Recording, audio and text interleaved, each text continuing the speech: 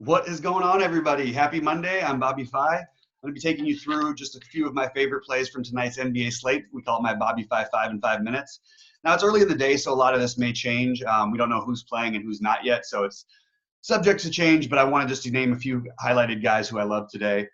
I think Giannis is the top overall spend up. I think that people are going to play Harden, and on FanDuel and DraftKings, I prefer Giannis. Obviously, the discount on DraftKings, he'll probably be more popular over there than Harden will be, but I still think he's the better play, the best spend up. I think Luka Doncic would be the other guy you'd be looking for over on DraftKings. These are not off the board plays. They're very cashy. They make a lot of sense. It's a tough matchup sort of individually for Doncic, but he's just too cheap at 9,800 for his matchup and price. I mean, you could get between Doncic and Giannis in a lineup, you could get 160 between those guys, or 150 to 160. It's in the cards anyway. I'm not saying it's going to happen, but it certainly could. 140 plus would be fine, and that's very, very doable.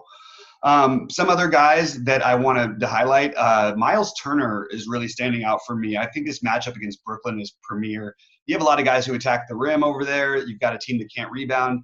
They don't really match up with him size-wise, and even with Allen and DeAndre out there, they both give up a lot of offensive boards. Also, Turner can take them both outside. Like there is a lot of advantage whether or not Sabonis plays, but if Sabonis doesn't play, I think Turner is going to be much more popular, but I still think it's going to be a great play, and I don't think he'll be popular if Sabonis does play. I like Sabonis as well if he plays, probably in separate lineups, but I think it's worth noting without Brogdon, there's going to have to be some people to step up. So that's another guy I wanted to mention. One other guy who's a little bit off the beaten path.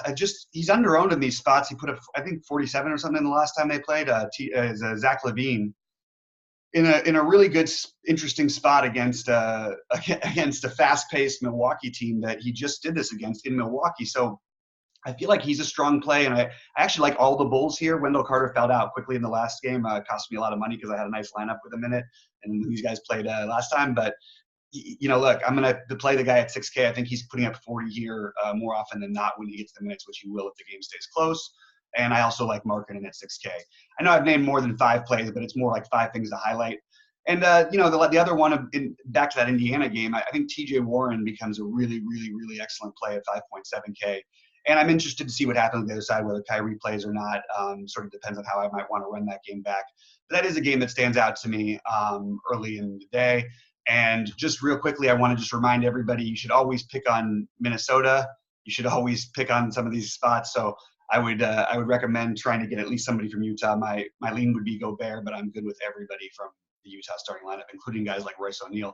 It's a really good matchup. Minnesota plays fast. It's just a good spot for everybody on their team to get some extra fantasy points, and they don't match up very well at any position. So the last one we're going to get over to is just this Houston-Portland game. I've watched Houston play pretty much and they're playing a little bit slower, especially when Westbrook gets in foul trouble or if he's struggling and Harden takes over, because they just play a lot slower with Harden.